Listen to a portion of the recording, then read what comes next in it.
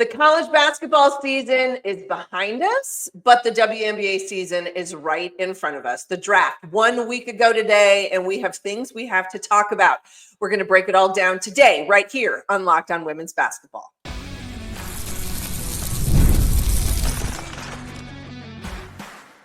You are Locked On Women's Basketball, your daily podcast on women's basketball. Part of the Locked On Podcast Network, your team every day.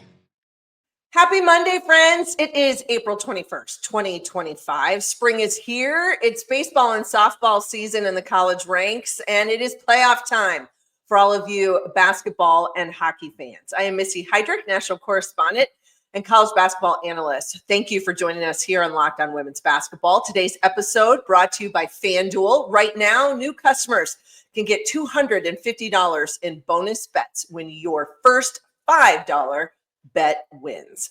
Well, I always hate to say goodbye to the college basketball season, even though in this new era of college athletics, we know things absolutely never stop. We see maybe just a little bit less news and notes on a daily basis, but it is all there for the taking.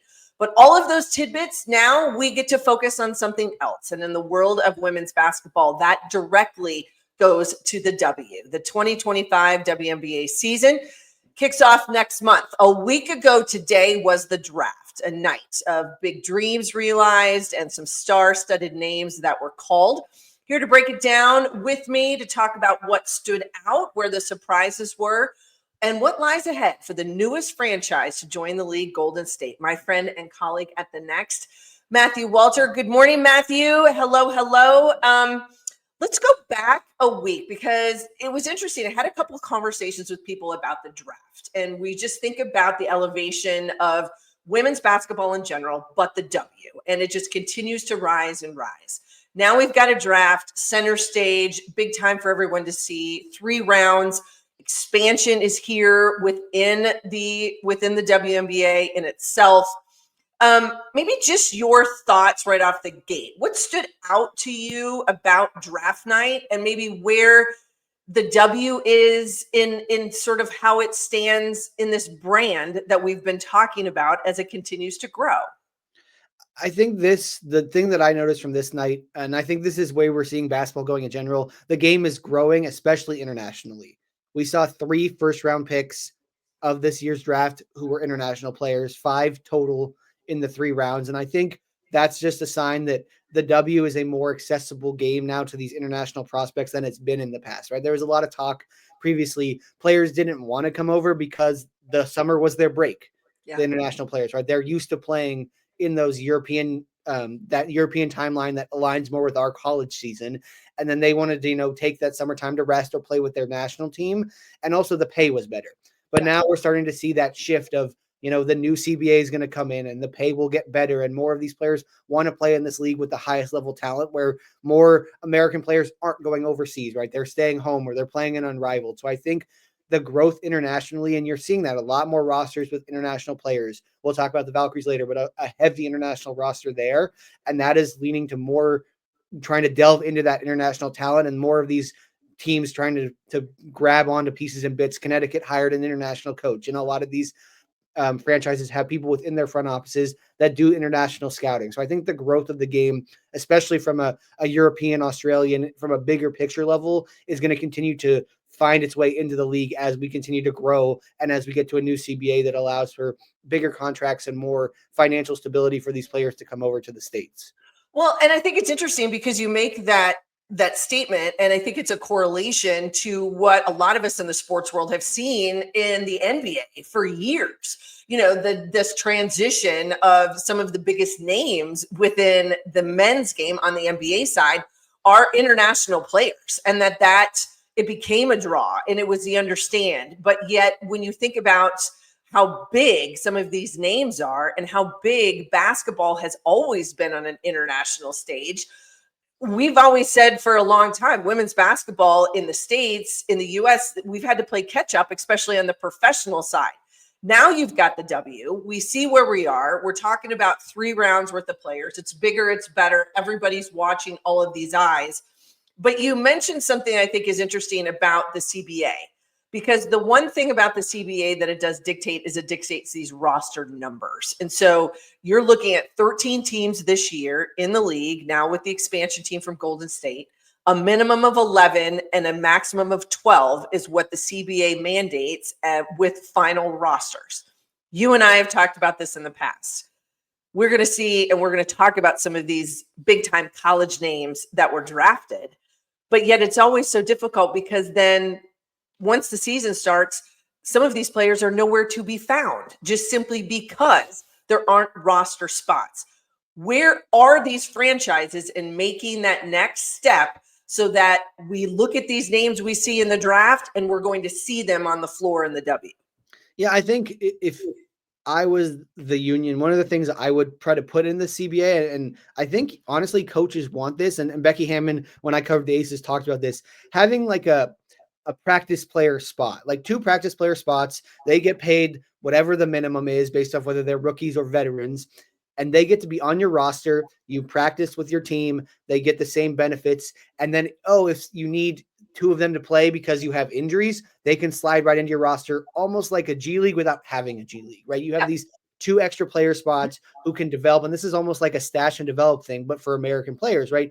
Because we know not everyone's game in college translates right away. Some players look at Jackie Young, took 2 to 3 years for a number 1 overall pick to find her stride. Yeah. If you have these spots, you can take someone in the 2nd and the 3rd round that you think has the talent, but just needs a little bit more polish, needs to figure out how they fit in the game.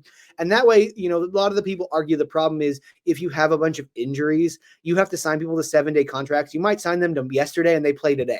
Yeah. And they've never been with your program, or they haven't been with you since training camp, and they have to learn a bunch of stuff on the fly. But if they're in your building practicing with your team, yes, they're not playing. But then if that situation occurs, they're not going to be a deer in the headlights having to show up on game day and figure it out in the fire. And now I think it will help the quality of the game and also allow players to develop where someone like a Liz Kitley, who missed all of last year, got to spend the time with the Aces without being officially on the roster. But by the end of the year, she probably was healthy enough to practice. She could have been in that spot, developed her game, and then come into this year where she's going to get an opportunity to play and be a little bit more ready rather than, maybe not getting those opportunities. So I think that's something where you could see these rosters growing without actually having to put more people physically on a roster every night to be put into games. No, I love that idea. And it's kind of the same concept. I mean, I think about NFL practice squads, right? And you think about somebody goes down, someone gets pulled up, same idea. But in the totality of it, as we think about developing the younger talent, that could be a huge benefit. So let's hope that makes it into this next round of the CBA negotiations. The other piece of this, which I still think we know we are still continuing to educate so many different people about professional basketball on the women's side in the U.S. That while the W's been around for a long time, we still have a lot of new fans and new people. To answer the question, a lot of people ask me, domestic players, you have to be at least the age of 22 to be able to be drafted. International draftees have to be at least 20. You mentioned the spin and kind of turning the page, becoming more draw of international players. What people don't understand sometimes is how much experience these international players have had at younger ages and how important that is. How do you think that impacts how people look at a potential draft pick who might only be 19, 20 years old? I think it gives you a different perspective, right? And you're looking at some of these players, Dominique Malonga, who went number 2, Yusta Yosite, who went number 5.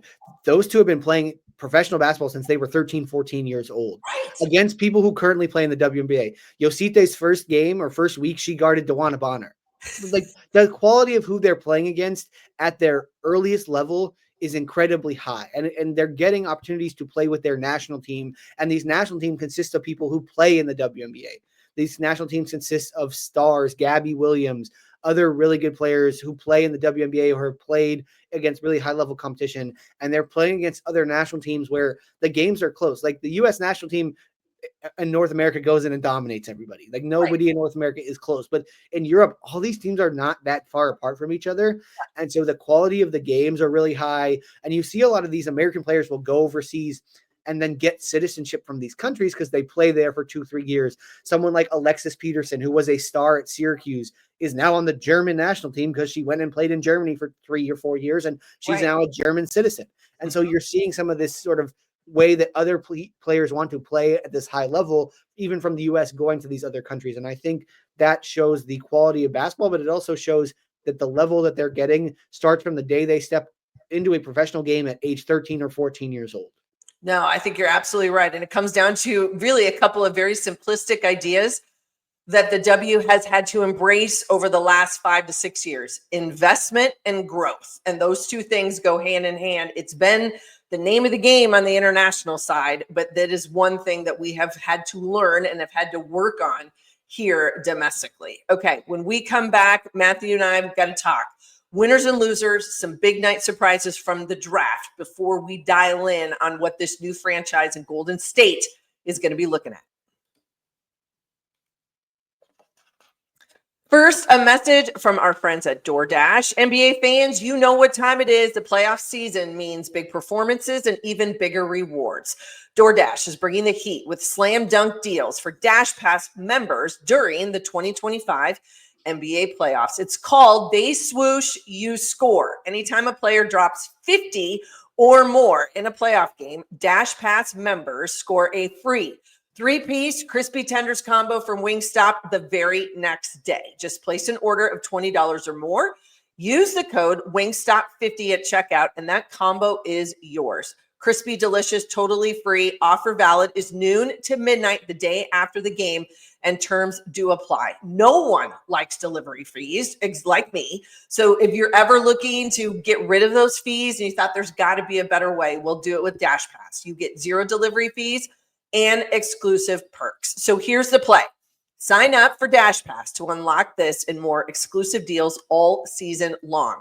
When any player scores 50 plus in a playoff game, the Dash Pass members can grab a free 3-piece crispy tenders combo from Wingstop the next day with a $20 order and the code Wingstop50, all uppercase. That's Dash Pass, your door to more savings, more flavor, and more ways to win. Terms do apply. Hi, everybody. Missy Heidrick. Thank you for joining us here on Locked On Women's Basketball. Matthew Walter is with me. We were talking about just sort of the overall kind of feel, the growth of the W, how it's changing, the faces are changing, the draw is changing. All right, let's get into the nitty gritty, my friend. I kind of feel like we're going to talk about Golden State in a few minutes, but let's just talk in general. If you had to say big winners, maybe somebody who didn't come out on the best of ends when it comes to this 2025 WNBA draft, who do you put in those two columns? So I have 3 winners. I think Dallas, you get Paige Beckers, you get a star. And I think that's a city, right? You're looking at it. They needed a star, right? We talk about much. We don't like to talk about the NBA. They lost the star in Luka Doncic. And a lot of people I've seen on social media tweeting things like, you know, is this not Luka? Fine, but she's my new person. She's my go-to in Dallas. And I think that's someone who's going to help them. And I think they got some other good players. Isaiah James from NC State, I think is a really good off-the-bench scoring guard for them. Maddie Scott's a long, athletic defender who can help them at that guard spot. So I think that they're one of the winners. One of my other big winners, I think the Sparks got a couple of really good players. I love Sarah Ashley Barker. Yeah. I think she's going to fit right in with what Lynn Roberts wants to do. Scoring guard, can shoot the ball, helps them, put some more scorers on the floor from that wing position, has good length defensively. And I like the draft pick of Sanaya Fagan in the second round. They needed a mobile post defender, right? They're going to miss Cameron Brink for a couple of months to start the season as she comes back from that ACL. They're going to need someone in the middle who's going to help to protect the paint because Hamby's more of a 4 player. They don't really have that traditional 5 to sort of guard bigs who move a little bit better. And I think that's something that Fagan can provide until Cameron Brink comes back. And my last winner is Washington. And the reason is when you have 3 picks in the top 6, the likelihood of hitting is a lot higher. Yeah. I also think that they took probably the safest player that wasn't Beckers or Malonga and Sonia Citron. Her game just translates so well. She defends at a really high level. She shoots the 3 and she doesn't need the ball in her hands to score. And that's something that is so valuable at the WNBA.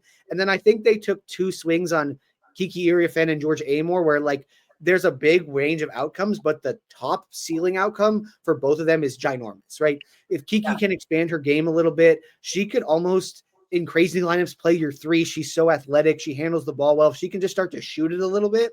And then we all know that Georgia Amor can score. If she can find a way to handle being 5'6" and trying to play defense, I think the offense for her is always going to be there. It's just, can she defend and stick at this level, having to guard people who are consistently 3 to 4 inches taller than her? But both of them, like the variance is wide, but the ceiling is really high.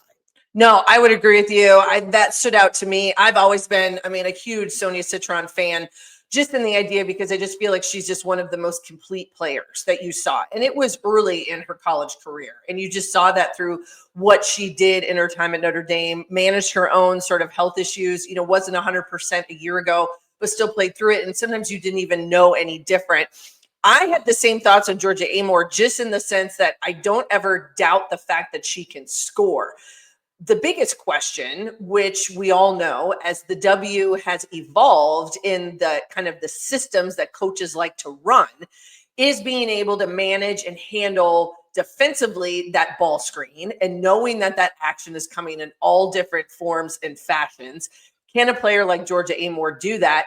My question to you, because it kind of stood out to me, and I wouldn't say it was win or loser, I was a little bit more surprised because of how much Haley Van Lith thrived in Mark Campbell's system at TCU with the ball screen action, and what she did this year, that she was the 11th overall pick. And I don't know if I was necessarily surprised. I was just, it kind of left me with a little bit of a, okay. What do you make of that? Somebody that thrives on the college side, but then, is it the translation side? What gives? What do you think? We were going to get to losers next. I kind of think Chicago's a loser. And Chicago's right now, their biggest skill is they have size, right? They have Angel Reese. They have Camila Cardoso. They can score inside. The biggest thing they missed last year was shooting. And not that I don't think Haley Van Lith can shoot, but Haley Van Lith is more of a ball in her hands creator and not a catch and shoot shooter. She can shoot, but her shooting is more off the dribble, creating for others. And I just wonder, could they have used someone that those two first-round picks, or even in their second-round picks, who is more of a just traditional catch and shoot kind of player, a Tahina Pau, or even in there, she didn't get there, but someone who could shoot it kind of like Sarah Ashley Barker if she had slid to that 10th or 11th spot. They just need someone who can consistently catch and shoot to space the floor around Angel Reese and Camila Cardoso. And while Haley Van Lith is a great point guard, and we'll learn a lot from Courtney Vandersloot, I just felt like they needed a catch and shoot player who can do those things on the perimeter. And one of the winners I forgot to mention, who did get Tahina Pau, I thought was the Atlanta Dream. Yes. She's a perfect fit for what Carl Semesco wants to do there. So, they sort of go not hand in hand, but they sort of make this connection, the Sky and the Dream, because the Sky probably could have used someone like Pau. They go with Van Lith, and it allows the Dream to take Pau in the second round. Yeah, no, I think you're right. And sometimes those just fall into people's laps. We see that all the time with drafts, and some things are going to work out, some things don't. I'm with you, huge fan of Sarah Ashley Barker. Actually, 3 players drafted from Alabama this year, which, give credit, because I think those are all kids at a high level. And for a player like Barker, I think she played herself into that spot, as you said, as one of those winners. If you had to pick a surprise for you, was there one outside of maybe some of the decisions or things that Golden State did? What surprised you the most from these 3 rounds? So I would say the sliding of Serena Sundell surprised me, but it's hard for me to figure out where she fits on a team, because she's big and she's a point guard and she shoots the ball decently well. But I just wonder, she's one of those kids that she could go in the W and be the steal of the draft. And we could all be talking and be like, I can't believe this many people passed on her. But I also could see it's hard to say how she fits, because of a lot of times we talk about in college, you are there to win games. That's why coaches don't always do a great job preparing their players. And I also think it's a timing thing of if the WNBA was later, then they'd have more time to prepare themselves for the professional game. But because it's such a short turnaround, I think that also plays a factor. But I thought she was someone that, to surprise to see her fall all the way to the 3rd round. Other than that, I don't think there were a ton of surprises. I think we'll talk about the Valkyries, but Sellers falling into the second round, that's probably an injury question mark. But Yes. I think, that's one of those ones that if it hits, that could hit really well. Outside of that, I don't think I was too surprised about anyone else. I thought everyone else that went where they went made sense for the most part. I think if we want to talk like maybe a sneaky winner, I kind of think like the Aces got two players that fit really well with them. Aaliyah Nye, 40% shooter, that that's what Becky Hammon wants to do. She wants shooters. And then Harmony Turner was like the story talk of college basketball. She can score it at every level. Yeah. This is the second Becky Hammon award winner that Becky Hammon has drafted. So, and Kirsten Bell has stuck on the Aces as a player off the bench. I don't know if Harmony Turner can make this roster, but like she's definitely someone who her ability to score makes it so it's not a crazy thing that she could make the roster. No, I think you're right. And all of those rosters are going to come into shape. Camp begins on April 22nd. The regular season tips off May 16th. The preseason set May 2 through 12. And then, as we said, they've got to get these rosters. You can have a minimum of 11 and a max of 12. We will see where they all land. All right, now we got to talk about, when we come back, the first ever roster that will be at the beginning of May for the Golden State Valkyries, the newest franchise in the WNBA.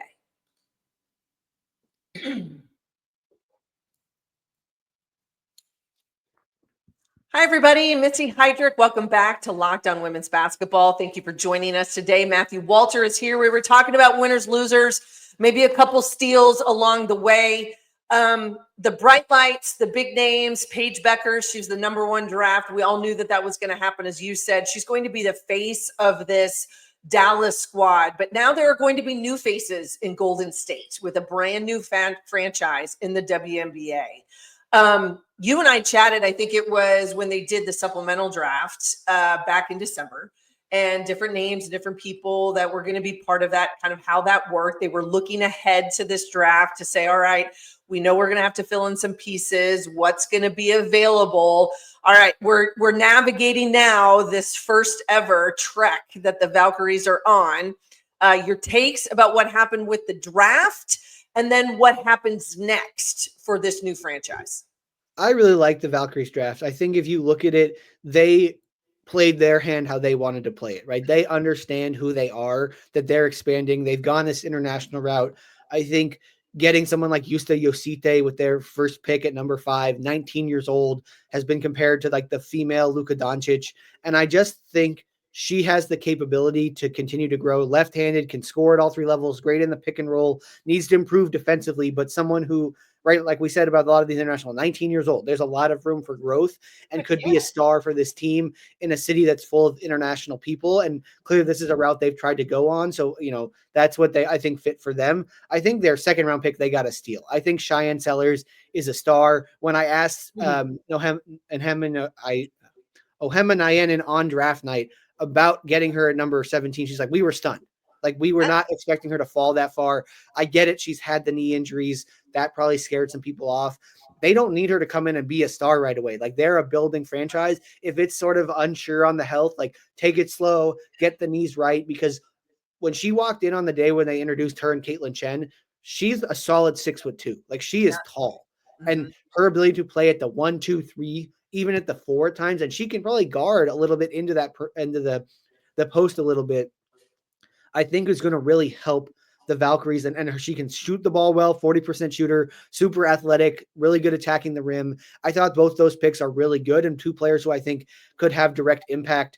Yusite, I don't know if she's going to come over this year, but will have an impact on this roster at some point. I think Sellers will have an impact this year. And overall, this roster, like we've talked about a lot, is very international. It's going to be something that will affect them in the middle of the season when a lot of their players have to go back to Europe to play in the Euro Cup. But right now, they've got a very good roster that I think, are they going to win a lot of games in this first year? That's still up in the air, but I think they can be competitive and have a lot of player development and sort of build their identity over this first season. Well, and building that identity seems to me to be, that has to be building block number 1, because as we were mentioning at the very beginning, everything is going to have a different flavor and a different feel come October 31st of 2025, when this current collective bargaining agreement expires, new one's going to have to go into effect. Things are going to change. Salary numbers are going to change. This could play right into the hands of a quote unquote expansion franchise who is going to be coming off year one. Obviously, you want to win as much as you can, but you got to set that foundation and give yourself a chance to say, this is a place where if you're a 2, 3, maybe 4-year veteran in this league, that might be a pretty darn good place for you to go, knowing that you can build in the draft. You've got young talent. They've invested in the international side of it. Like, the pieces are pretty well put together, and they haven't even started practice yet. Yeah, and you talked about it, like they've got a young international point guard in Carla Leite off right now, who's only 20 or 21 from France, who will probably develop at some point into the year. She's going to come over and play and may become the starting point guard by the end of the year. You draft a 19-year-old kid in Justa Usite, who could be your starting 3 player next year. And then you've got all these other spots.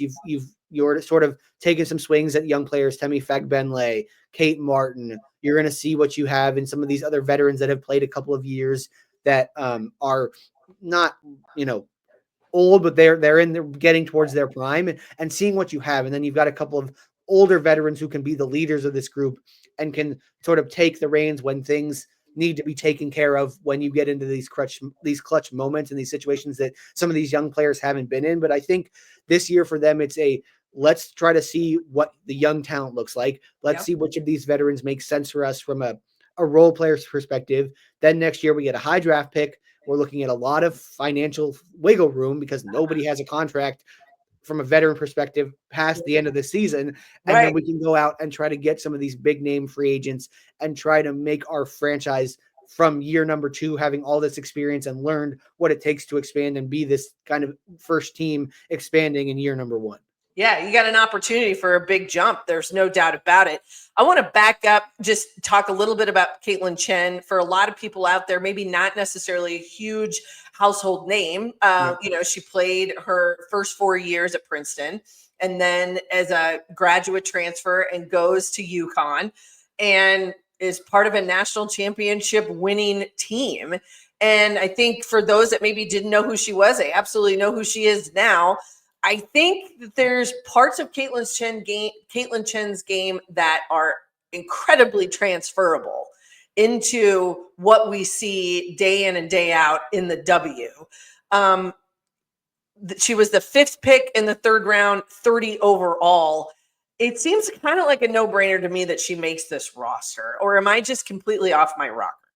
I don't think it's impossible, but it's not a no-brainer. Like I think it's sort of, we talked about this. They're going to have a lot of players go overseas to play in Euro Cup. They're going to miss probably 3 to 4 weeks, those players, and 2 of them happen to be their point guards. Okay. So that's where that opportunity looms, and that opportunity is going to come pretty early into the season, about maybe a month in. So the question is, do you want to keep her, let her play that first month, and then she's going to have to step into this bigger shoes when Carla Leite and Julie Van Loo step away to go play in Eurobasket?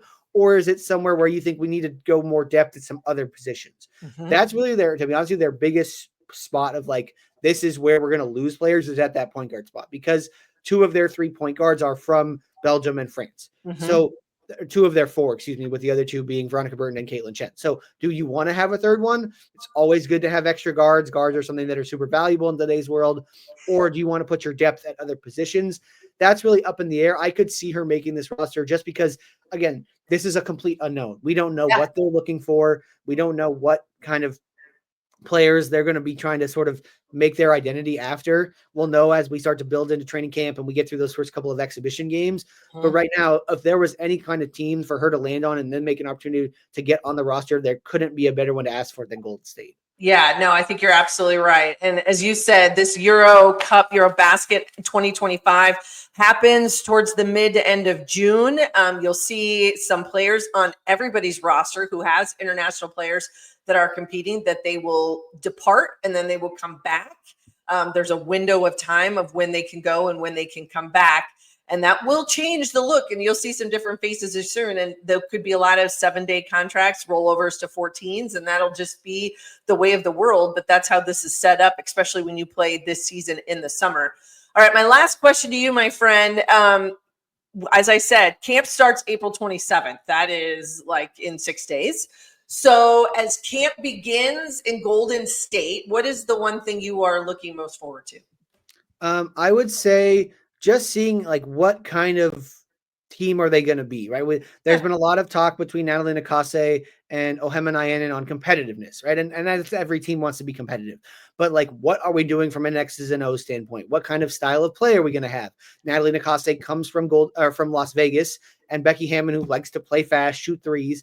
And how is that going to fit with the style of players they have? And I'm really curious, and we talked about a little bit about the point guard battle, right? You have 4 very different point guards. You've got Julia Van Loo, who was a rookie last year, but is in her 30s, super experienced, played a long time. Carla Leite, who's 20 years old, super talented, but has yet to play in the WNBA. Veronica Burton, who's a defensive stopper. We talked about a little bit of a journeywoman, but has that defensive dog mentality in her. And then Caitlin Chen, who is a rookie and a lot of people's sort of fan favorite. And how does that battle play out for probably the most important position on the floor in the point guard spot? And then who becomes the leaders from both a chemistry standpoint, but from a scoring standpoint, right? You have a lot of people who have been role players or secondary scorers in the past on this roster. Who's going to step up and be that number one scorer, or is it going to be scoring by committee? And then who's going to step up and be the leaders of this franchise? Yeah, I think it's opportunity for all. I mean, there is so many in that instance, and someone, there's no doubt, will be the breakout player for this brand new franchise. All right, my friend, where can everybody find you, especially with this W season getting ready to kick off and heat up? You can find me on Twitter or X or whatever you want to call it at Matthew Walter 96. You can find all of my work and my coworker Michelle Smith, who does a phenomenal job. The two of us will be covering the Valkyries all season long, from training camp, which you said starts in 6 days, until that final whistle blows on whatever game number that may be. All right. Awesome. Well, please go see Matthew, all of my amazing colleagues over at The Next Hoops, www.thenexthoops.com. We've got you covered, everything you need to know. I appreciate you, my friend. Happy Monday. Happy Monday to all of you out there. You can find me on X, formerly known as Twitter, at Missy Heidrick, as well as here with Locked On Women's Basketball over the course of the next few months. And go see us at thenexthoops.com, because we've got everything you need. And come back to this podcast every day, all week, because you will catch up on everything you need to know. Have a great day, everybody. Happy Monday. And we'll see you as the season in the W kicks off in just 6 days.